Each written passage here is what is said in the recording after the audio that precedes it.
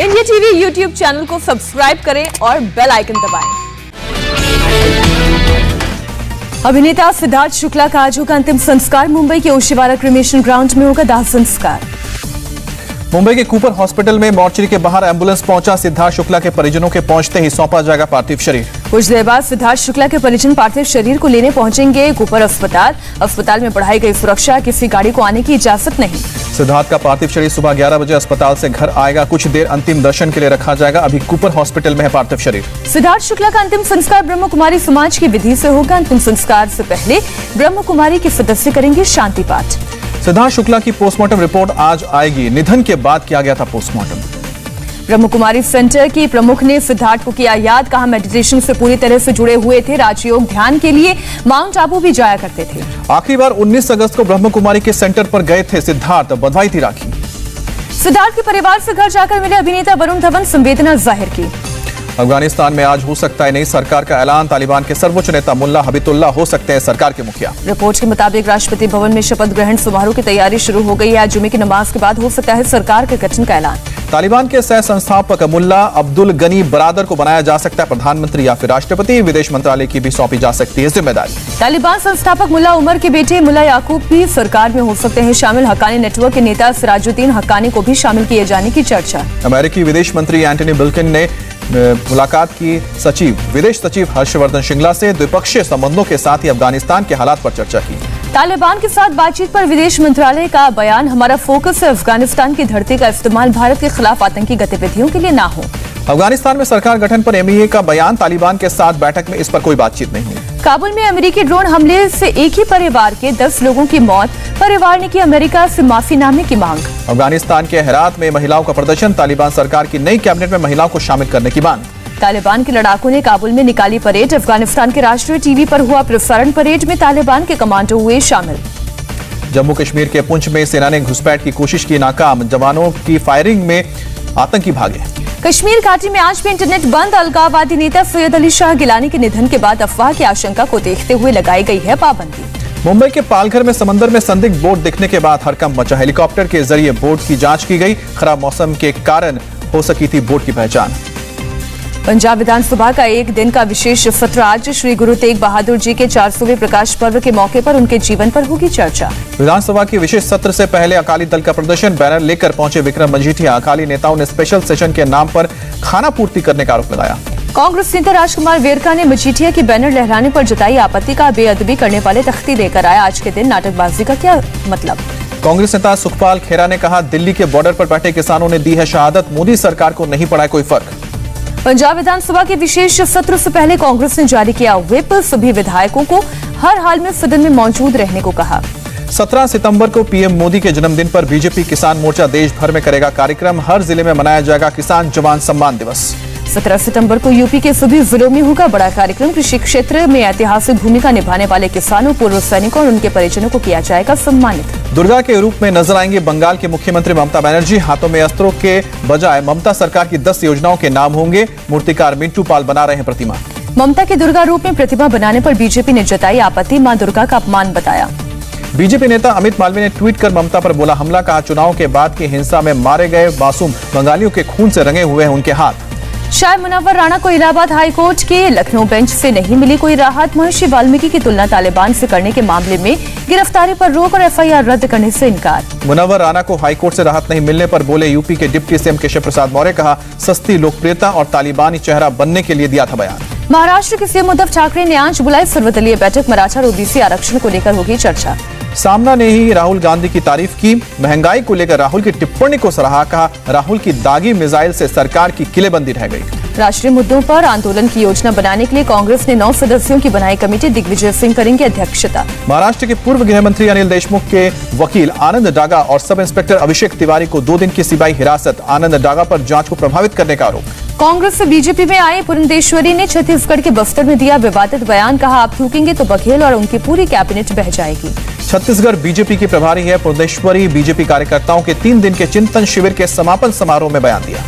पुरंदेश्वरी के बयान पर बोले बघेल, कहा ऐसे बयान की नहीं थी उम्मीद, आसमान में कोई थूकेगा तो उसके ऊपर ही गिरेगा। तेजस एक्सप्रेस में अंडरगारमेंट्स में घूमते नजर आए जेडीयू विधायक गोपाल मंडल, यात्रियों ने विधायक की शिकायत की। विधायक गोपाल मंडल ने ट्रेन में अंडरवियर में होने की बात मानी, पेट खराब होने का दिया तर्क। कर्नाटक में स्थानीय निकाय चुनाव के लिए मतदान जारी, कलबुर्गी में डाले गए वोट। आरएसएस की 2 दिवसीय कोऑर्डिनेशन बैठक हुई शुरू, नागपुर में चल रही है मीटिंग। दिल्ली विधानसभा के पास मिली सुरंग लाल किले को जोड़ती है सुरंग। दिल्ली विधानसभा स्पीकर के मुताबिक अंग्रेजों के बगावत से बचने के लिए किया जाता था इस्तेमाल। अभी सुरंग की केवल मुंह की पहचान हुई, आगे की खुदाई अभी नहीं होगी। अगले साल 15 अगस्त तक रेनोवेशन पूरा होने की जताई उम्मीद। बांग्लादेश के चट्टग्राम बंदरगाह से निकला आईएनएस सावित्री बंगाल की खाड़ी में बीएनएस शदीनोटा के साथ पैसेज एक्सरसाइज में लेगा हिस्सा। आज से रूस में 16 देशों के सैन्य अभ्यास में हिस्सा लेंगे भारतीय सेना के जवान। निजनी में 16 सितंबर तक चलेगा युद्धाभ्यास। लद्दाख में सेना के स्नो लेपर्ड ब्रिगेड ने अभ्यास किया, टैंकों ने बरसाए गोले। हैदराबाद की ईडी ऑफिस पहुंची रकुलप्रीत सिंह। ड्रग्स मामले में ईडी के सामने पेश हुई रकुलप्रीत सिंह। बिहार में आर्थिक इकाई की बड़ी कार्रवाई, एक साथ कई ठिकानों पर मारे गए छापे। डीएसपी रहे तनवीर अहमद के खिलाफ मनी लॉन्ड्रिंग का मामला। जम्मू कश्मीर में स्कूलों के नाम शहीदों के नाम पर बदलने की हुई शुरुआत। कठुआ गवर्नमेंट स्कूल का नाम किया गया शहीद सिपाही बुआ दत्ता सिंह स्कूल। कर्नाटक के दावनगेरे में गांधी भवन के उद्घाटन कार्यक्रम में अमित शाह ने लिया हिस्सा। सीएम बसवराज मुंबई में मौजूद रहे। गृह मंत्री शाह ने कर्नाटक के दावनगेरे में जेम इंस्टीट्यूट ऑफ टेक्नोलॉजी की लाइब्रेरी का किया उद्घाटन। गुजरात में आयोजित होगा डिफेंस एक्सपो 2022, रक्षा मंत्रालय और गुजरात सरकार के बीच करार। रक्षा मंत्री राजनाथ सिंह ने कहा, रक्षा क्षेत्र में भारत को आत्मनिर्भर बनाना मकसद, भारत को निर्यातक देश बनाना है। आईआईटी जेईई मेंस एग्जाम में गड़बड़ी को लेकर सीबीआई की छापेमारी। सीबीआई ने देश भर में 20 जगहों पर छापेमारी की। बंगाल में 10वीं और 12वीं परीक्षा में 60% अंक पाने वाले छात्रों को स्कॉलरशिप देगी ममता सरकार। सेकेंडरी और हायर सेकेंडरी एग्जाम में टॉप करने वाले 1700 छात्रों को भी किया गया सम्मानित। देश में 24 घंटे में 45,000 से ज्यादा नए कोरोना के केस, 366 मरीजों की जान गई। भारत में कोरोना के डेल्टा वेरिएंट से करीब 300 केस, स्वास्थ्य मंत्रालय ने दी जानकारी। केरल में कोरोना के 32,097 नए केस, 24 घंटे में 188 लोगों ने दम तोड़ा। मुरादाबाद से फिर से ट्रेनों में शुरू हुई एमएसटी और क्यूएसटी की सुविधा। यात्रियों में दौड़ी खुशी की लहर।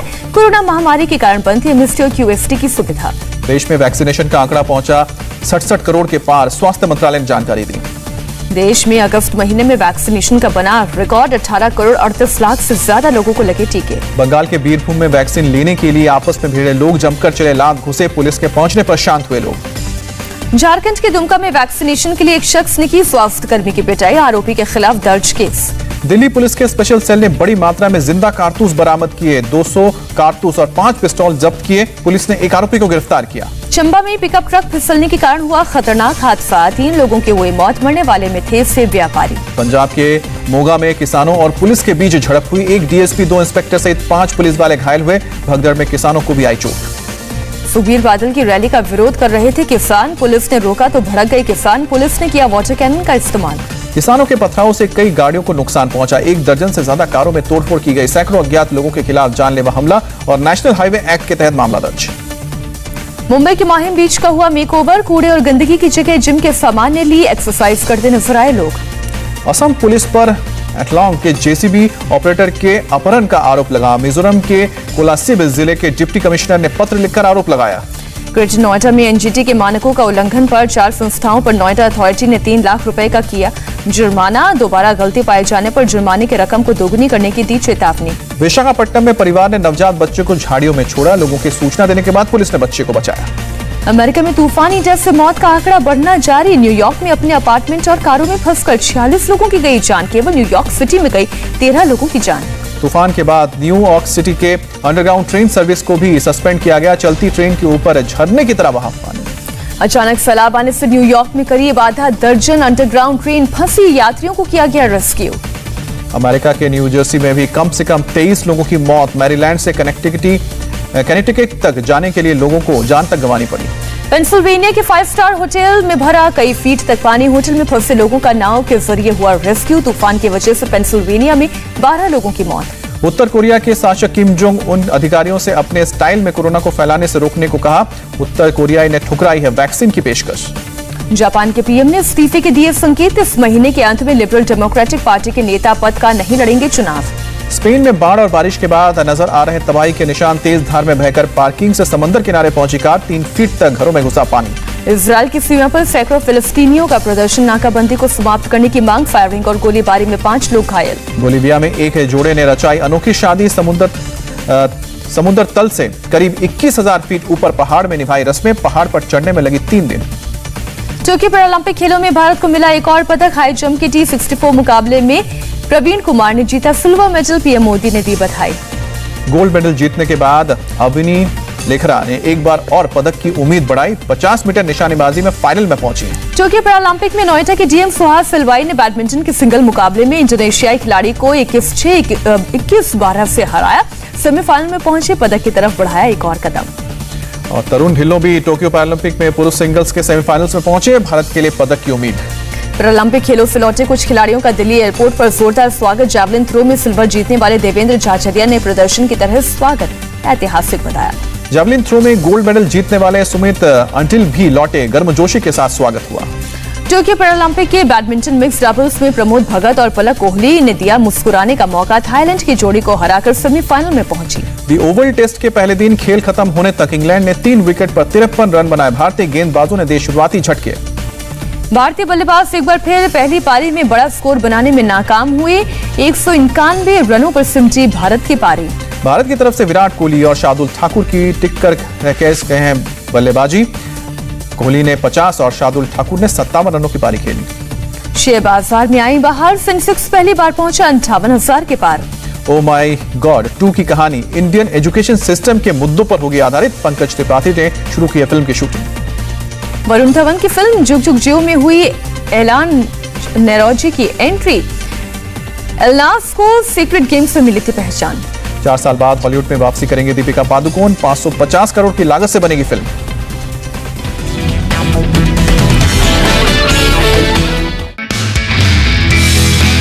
नमस्ते, मैं हूं मीनाक्षी जोशी। वीडियो और खबरों से अपडेट रहने के लिए India TV YouTube channel subscribe करें। बेल आइकन दबाना ना भूलें। जुड़े रहें इंडिया टीवी के साथ।